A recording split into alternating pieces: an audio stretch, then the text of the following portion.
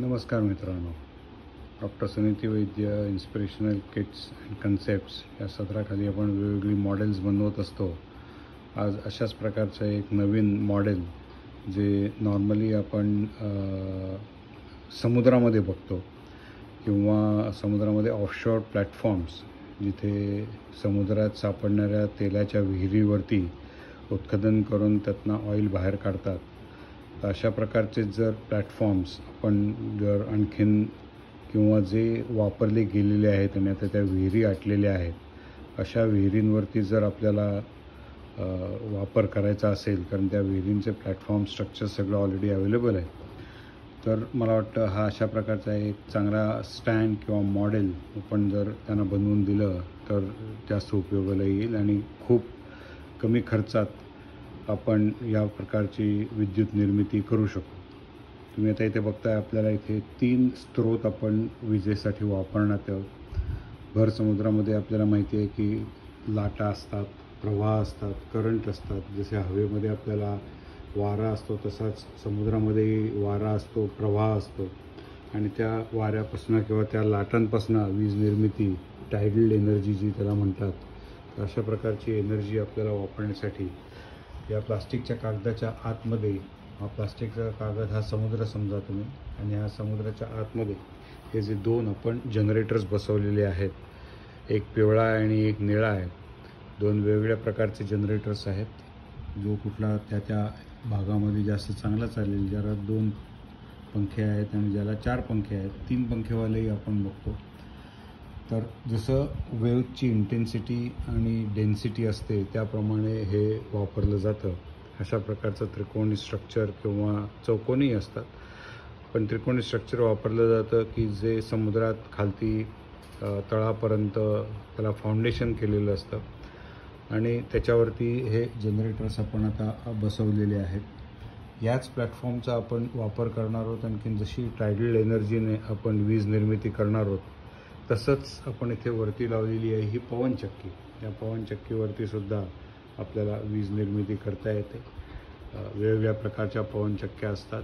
आपल्याला आत्ता आपण बघतोय ही हलकी फुलकी पवनचक्की आहे, की ज्या पवनचक्कीला वरती इथे जनरेटर बसवलेलं आहे आणि ह्या जनरेटरला जर आपण या इकडनं पवनचक्कीने आपण, प्रिन्सिपल माहिती आहे, खालती लाल रंगाचं व्हील आहे, फक्त डेमोसाठी आहे, की जर आपल्याला पवनचक्की फिरवली आपण तर हा मागचा जनरेटर त्याची वीज निर्मिती करतो आणि आपल्याला वीज तयार होते.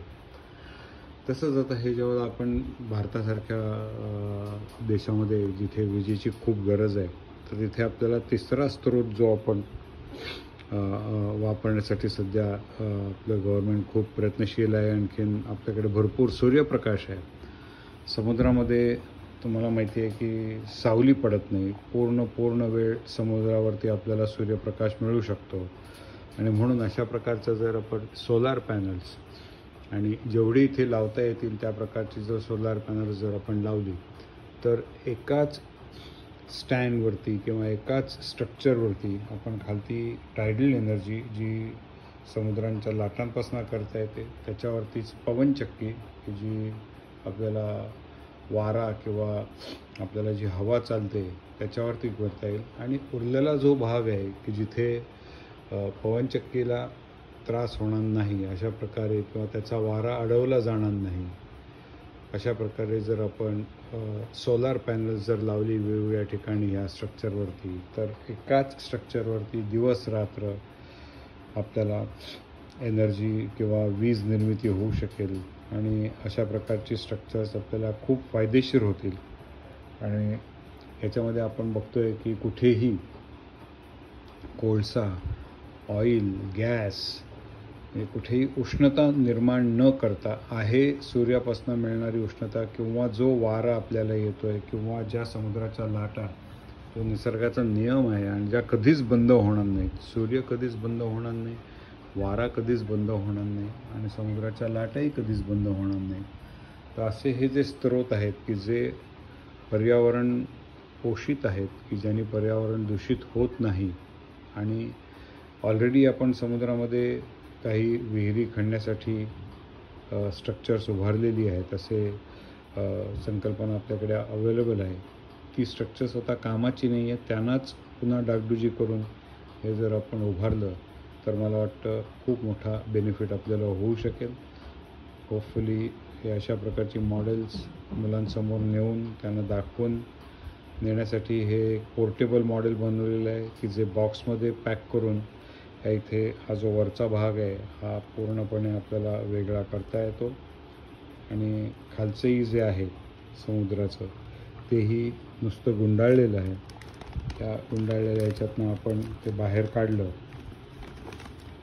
आणि हे आतमधला जो त्रिकोणी स्ट्रक्चर आपलं जे आहे हे आपण बॉक्समध्ये घातलं तर आपण चांगल्या पद्धतीने सर्व शाळांतनं जाऊन मुलांपर्यंत पोचून त्यांना या गोष्टी समजावून सांगण्यात आपल्याला मदत होईल.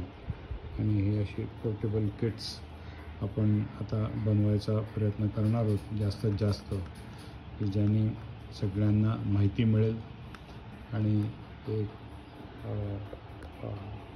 जे अवेअरनेस आपल्याला जो पाहिजे आपल्या ह्याच्यामध्ये तो आपल्याला आणता येईल.